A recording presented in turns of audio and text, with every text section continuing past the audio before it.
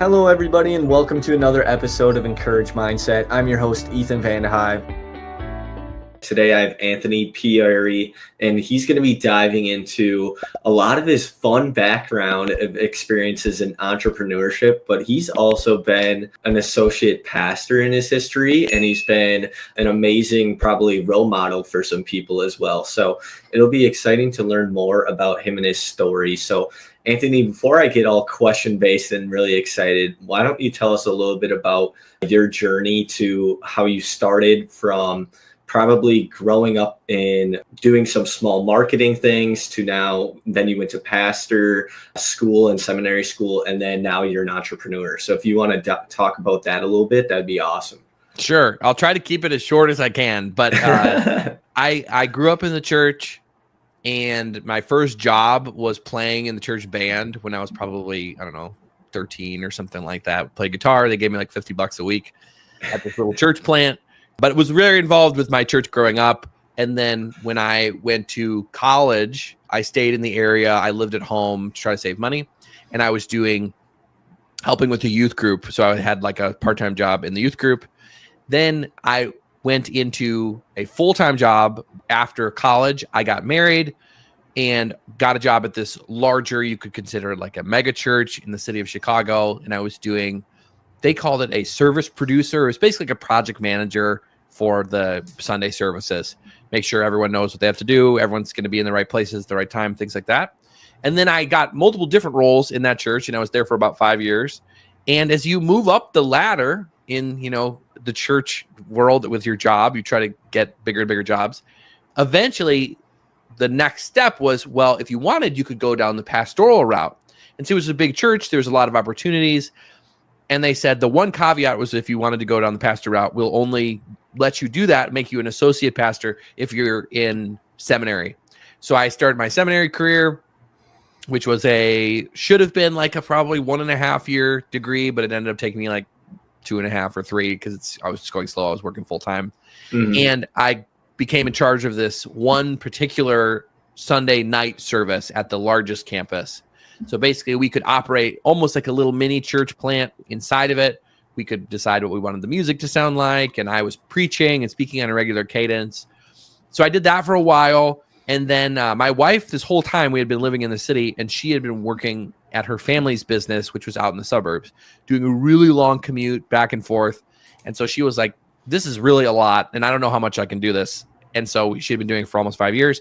So I was like, I could get another job at another church. So I actually went back to my home church where I grew up at and took a job there. And the goal is going to be to launch one of their new campuses. And I would be the campus pastor. So it'd be like a step up promotion. But the moment I get there, it's 2020, COVID starts. Oh, no. All new campus plans are scrapped, and we just have to see if we can even keep the current campuses open, right? Everyone was not able to come to church and stuff, all the lockdowns and things like that. And then I'm doing different stuff there. And eventually, I've been working in churches now for like maybe 11 or 12 years. And I was like, I just kind of need a break. And this was like COVID, so everything was a little weird.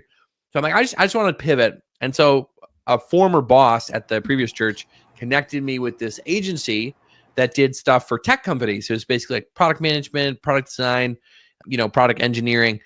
And he connected me with them. I joined in like a entry-level sales role to help try to find them new clients. They're actually based in Wisconsin, which is where you're based as well. Absolutely, yeah. They're in Green Bay. And so the funniest thing was you don't really make any money in churches, which is probably a good thing. But my salary after 11 years of promotions was lower than my salary as an entry-level salesperson in the tech industry. So it was still a raise to go from this thing that was like had taken me a master's degree to get to like this job that they literally give to kids right out of high school, sometimes with no high school degree, right? So I was doing cold calls, I'm doing cold email and stuff like that. But in that company, I got my understanding of the tech industry and met my current co-founder of the company that we operate now. We met, and basically we had some insights about how a lot of it came from when I was trying to find people to work with us. I was hired on in a very like experimental role. It was like, we don't know if we could make this sales thing work. all their clients had come through the founders network. And so like basically we uncovered these insights about the market that was actually reasons why we were struggling to be able to get clients outside of our network, all this stuff. And it sort of pivoted us into this vein, which is really called like positioning or product positioning. Yep. And so me and Robert, my co-founder, we became buds. We sort of developed very similar ideas and thoughts. And the founder of the company said, well, why don't we try to make like a repeatable service that we could sell rather than doing all these big, long custom engagements? Maybe we could find some sort of repeatable thing that we would sell. So we stumbled into this product positioning world. We started posting on LinkedIn, and all of a sudden we were getting all this demand. People really wanted to work with us. And so eventually we had gone really far off from what the agency actually normally did. Like, they normally doing engineering, software development, stuff like that. This was like this like fringe marketing, really niche thing. And it didn't really fit with the rest of the company. And so people would come to us, be looking for the home company, and they'd be like, I'm confused. I thought you guys did this positioning thing, or vice versa, right? They'd go to the home company and be like, what is this like marketing stuff you guys are doing? So eventually we were like, maybe it makes sense for us to just spin off. And so thankfully we were able to spin off in a good, cordial way. The founders, we still talk to the founders at the home agency, but that's how we started our current company, which is called Fletch. And we basically are a marketing consulting company for startups. We help them with this very niche field of product positioning and get to work with a lot of cool startups. And yeah, that's kind of how it all rolled out. And that was what, 5 minutes, just shorter maybe than times in past. No, that's perfect. I remember coming to you and I worked for My Talent Planner, which was a startup in Green Bay. And I went and saw you speak at, I can't remember the event name, but it was through the Chamber of Commerce. So that's how we got to connect, which is really exciting. But you know, what's really cool is you went through this journey of being like really involved in the church. And as you read scripture, you see that Jesus was a social entrepreneur. So somebody who uses their resources to solve, a social problem. And it sounds like today, fast forward to what you said post-COVID, and now you're, this founder of Fletch, co-founder of Fletch. And it sounds like you're also part of that social entrepreneurship, trying to create problems that are already there, but you're solving them. So talk to me a little bit more about maybe a fun story you've had of a fun startup you've worked with that was really exciting and creating a positive change for them going forward. Yeah. I mean, there's so many, right? And to your point, right? Like it is really funny. Like, so much of what you do when you're prepping for a sermon, let's say, you have to read all these really ancient documents that are the Bible. You have to read commentaries, which are really confusing and, academic. And you're like, how do I take all this stuff and present it in a way that's gonna like make sense to the average person to be like, wow, that's really helpful and valuable to my life or whatever, right? Mm-hmm. And it's so funny where it's like the same underlying task we're doing today, which is we're helping these startups that usually have very complex technical products, and they have found some way to help the world, but they can't really explain it. It's too complicated in how they're presenting it. And so it's like the same skill set where it's like we sort through all the different aspects of what's making it hard for them to explain it, and we find just like the main core insight that's like, oh, this is the thing you should say, and then people will just get it immediately. So it's really funny. Like, you never would think the pastor skill would translate to like product marketing, which would be the discipline. But it really does. Like, it has a lot of the same thing. You're weeding through lots of confusing technical documents, being like, how am I going to make a message out of this that's going to resonate with just a regular person who's not going to, spend all this time studying it. But yeah, we work with lots of cool companies. A lot of times the advice we give them, it's like stuff that they already know, but they need an external source to like help them make the decision.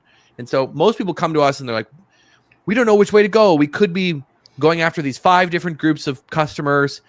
We've been trying to go after them all at once. We can't really get penetration in any of them. And then we basically say like, well, let's talk through those segments. What do we think is going to be the most valuable and who's going to like you the most? And so we were working with one company that was building basically like chat bots for lots of different industries. Like insurance companies would use these chat bots to chat with the people who are applying for insurance or whatever. But also like a bunch of different industries. And we went through this whole process with them, and eventually we realized kind of collectively the bulk of your best customers are all in insurance. So what if you just publicly said, we're mainly for insurance companies? And so they made the decision, which was really fun. A lot of times people will be too scared and don't make the decision. But then they pivoted, and then they said that they saw the revenue like went up like 50% or something. They started landing all these deals because their message was so much stronger when they'd reach out to an insurance company and say, hey, we built this chatbot exactly for you. We understand the insurance industry. We're not like this all-purpose tool. So they started landing deals like a lot faster. And obviously, we don't claim credit for like that type of stuff. Like, oh, you know, we're the reason. Because it's like there's so many factors that go into whether a company grows or doesn't grow. But in general, that was like a cool recent win of a company that worked with us. That's awesome, Anthony. So talk to me a little bit about growth as a person, because if I look today, your LinkedIn is now at like 66,000 followers and everything, but obviously it probably didn't start there. So what's something that you had to do to really grow yourself as a personal brand, but also tie that in with your company? Yeah. So on the side, I've always loved trying to build audiences on online platforms. And a lot of the times it's because me and my friends have always done musical projects. We've had bands that we were in, and really you have to grow an audience to get anyone to listen to it. So like back in the day, it was MySpace, and you would try to get a big following on MySpace to listen to it. And then, you know, it would be things like YouTube and different platforms over the years. So I've always had like I want to see if I can figure out if I can crack this channel and make a lot of people interested. And what I realized when I started messing around on LinkedIn is the competition on LinkedIn for content is so low. Like all the content on LinkedIn is so boring and cringe and lame and like stuff that it's like, who would read this? Who would care? So the bar is so low where like, if you go on Instagram, I went on Instagram once and I saw someone was drawing a photorealistic picture of a bridge, but they were doing it with a typewriter. And they were going line by line with using the letters to create. And it was like, it looked like it was a photo. And I'm like, this is the type of content on Instagram. And then you open LinkedIn and it's like someone like a really close selfie video. And they're like, here's what, you know, going to South Carolina taught me about, I don't know, like some ridiculous thing. This is what it taught me about sales. And they're so cringe. So it was like, if you just put in like, and this was like 3 years ago, I think it's gotten a little better. But like 3 years ago, if you just put in a tiny amount of effort, you would start growing an audience like very quick. And so me and my co-founder, it was a lot of experimenting, trying different things. If you go back and look at our earlier posts, they're kind of all over the map. They look one way. We're talking about all different topics, but it's really like honing in, finding a specific niche to speak to, and then finding ways to represent the content in a way that the people in that niche would really care about. And so for us, it's like primarily visual images, like diagrams, infographics, things like that. But there's other creators who use different formats, right? They find niches. They do really well on the short form video for LinkedIn. Other people are doing those carousels. Some people just do text only. So I think it's less about the format and just finding something that works for the specific audience. Yeah, no, I totally agree. And I find all of the stuff there some people are posting nowadays just absolutely mind-blowing sometimes. It's crazy. I mean, like you said, there's people with Rubik's Cubes creating art now. There's people taking NBA jerseys or NFL jerseys and drawing the player on the jerseys. Like just so cool. Just crazy insane. Yeah. So was there something in yourself? I know you said when you grew up, you were just always in the church. Did you have a passion for that? Or is that something that you just kind of acquired because your family always did it? It's probably the second more than the first. I think my personality, I'm wired in such a way that I love to build new things and see them grow, whether it's a band, whether it's the business, whether it's the church congregation. And so I think really if you had picked me up and dropped me in a different scenario, like a different family, I think it would have been whatever we were doing. I would have found a way, you know, there's probably some alternate universe where I was like, I don't know, doing something student council or something, you know, at schools. I don't know. I just have found it doesn't even really matter the medium. I'm just wired that I'm like, I love getting into these more ambiguous spots and trying to navigate the ambiguity, figure out a way to make something grow. And so it's really, I think church was just like, we had been in the church for so long. It was like a natural path. I didn't really know what I wanted to do as a career anyways. And so I had already just kind of fallen into that. I'd been very involved in the youth group in high school. And then it was like a sort of natural transition. And then I just kept going down the next step to the next step. Do you have like a favorite chapter or verse or something like that always stuck with you and probably continues to while you're an entrepreneur? That's a good question. I mean, I don't know. I've read the Bible cover to cover like multiple times, but I never was one of the people who was like, oh, here's my life verse and stuff like that. And, maybe that was just some strength as a pastor, but I don't know. I really, there's books of the Bible that I really like I just enjoy. And things here and there will jump out of like things that apply, but no, probably not nothing that like really sticks out. It's like, oh, this was my life verse or this character. Have you seen the show The Chosen at all yet? No, I mean, my sister loves it. She watched it. She said it was great. It's been on my list. I have not watched it though. I've been flying through it. So now I'm waiting for the new release coming up in the next few weeks, but it's an impressive watch. But obviously they tell you to still be in tune and read the Bible, which is obviously the most important part of it. But obviously there's a lot of things that can distract us in this world. Like we said, social media, there's a lot of probably more negative outlets than positive outlets these days. And I got a question for you about that. So what is like a way for you that maybe you practice to keep focused on more important things in life than all these distractions? Yeah, I mean, this is a funny thing that I'm constantly battling with, but I try to limit how much I'm on my phone.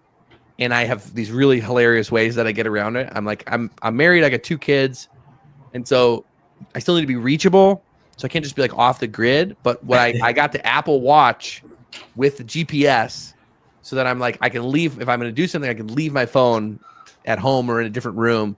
And then I can still get around. And if someone calls me, I can answer on the phone, which is a little funny. You look like a secret agent, but and then I have this little mini, it's like a Kindle because I'll like read and stuff pretty frequently and mostly on like a digital Kindle app.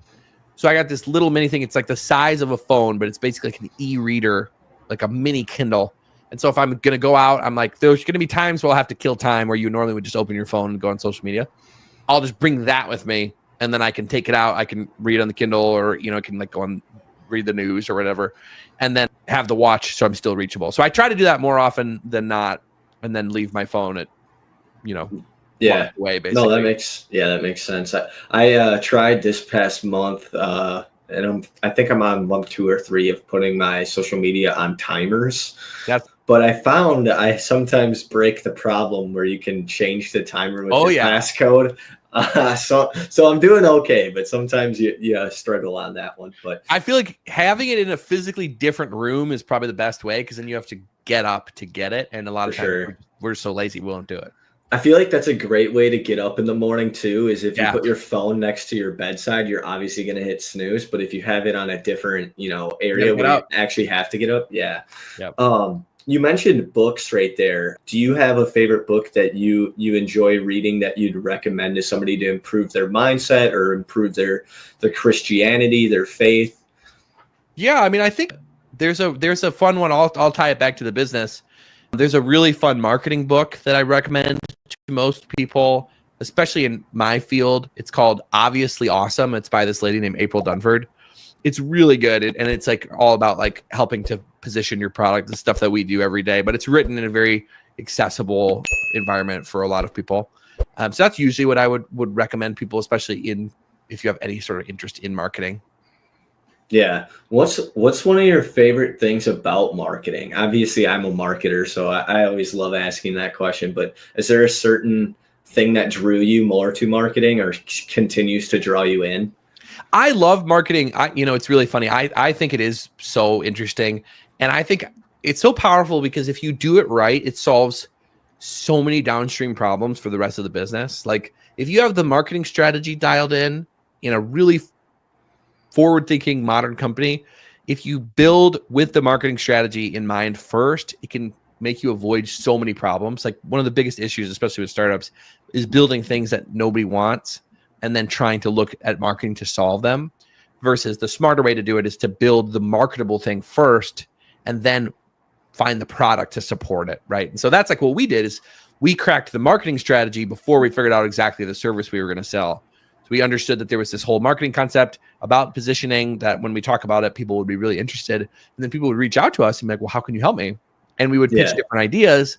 And eventually we found our current main offering, which is where we help them figure out their positioning, and then we rewrite their homepage of their website. We didn't know what that was at the beginning, And it was only through fixing it in marketing that we realized, oh, this would be the right service to provide. So we saved ourselves so much headache, because then we didn't have to, if we had just started with the service, then we would have to figure out how are we going to market this thing? How are people going to hear about it? And we might not have been able to figure out the best way to do it. So marketing to me is so powerful because it solves downstream. And then also, like, I never think of myself these days as a salesperson, but I'm on, 10, 15 sales calls a week. And those calls are not traditional sales where I'm trying to win them over and, objection handling and doing all that stuff, because the marketing has kind of already done the selling for me. I was just going to say that. People will get on the call and basically just say, like, I love what you guys do. I've been following you for a while. When can we start? And it's like, great. They like sold themselves to you, basically. Exactly. So marketing, I feel like it is a huge superpower. You obviously need to have a good product. You need to have good sales, all that stuff. But I do think if you could nail the marketing, it makes everything way easier. Yeah, for sure. So I think, are you more excited for all these AI businesses to start coming up, because they're going to be, like you said, a startup probably needing this positioning statement for sure? Oh yeah, so many of the companies we've recently worked with are AI startups, because the inherent problem with AI is it's so malleable and can be used in so many different ways. It's like, how do I build a marketing plan to describe every possible thing that you can imagine, right? You can't. So tons of these companies come to us that are struggling. And it's like, if you have one of these really viral products, you almost don't need marketing. Like ChatGPT spread itself because it was so crazy. Every person would just tell every other friend, like, did you see this thing and what it can do? Yeah. So we don't really work with companies like that because they don't need our service. They're like, we're doing great. We get 10,000 new users every day and we don't have any marketing. But it's the companies that are selling AI solutions to maybe businesses that are much more expensive. They're like, well, if people work with us, it's $50,000 to use our software at a minimum. They're not going to have this viral spread. They're going to have to use traditional sales and marketing. Those people are really, really struggling because they have so much opportunity. And if they pick anything to market towards, it feels so inherently limiting. So it's been a big influx of business, I would say, from that segment for sure. Yeah, it's super cool to see. And it's especially from a home services side and exterior remodeling services. Like, I mean, we're trying to use AI as best as we can now in all these online services and all these, creative ways to implement it, because like you said, the future's coming quick. Yeah, for sure. Anthony, is there anything else you want to leave the Encourage Mindset audience with, whether it's something powerful you've learned through entrepreneurship with Fletch, whether you learned through school or your church, or just as a normal human being, a dad, whatever works for you? Yeah, I mean, I think I was like, swirling, trying to figure out what to do with my life for so many years, and then it more feels like now I found it, and I'm like, this is really cool, and I sort of found a path. And so I think people, don't be too hard on yourself, especially if you're younger and you don't necessarily know where you're going to land. Sometimes it just takes time and you should try different things. And then something will probably come up that you're like, oh, that's something I could really do. And so I've had, all sorts of different weird careers, different positions, and, none of them really relate to what I'm doing now. And if you had told me 15 years ago, this is what I'd be doing, I'd be like, what? What's the path from here to there? But I think that's just life, and so if you're trying to figure out what you want to do, it might take a little bit, and that's okay. So if you're ready to grow, hit that subscribe button, drop a comment, and let's build a mindset that empowers and transforms.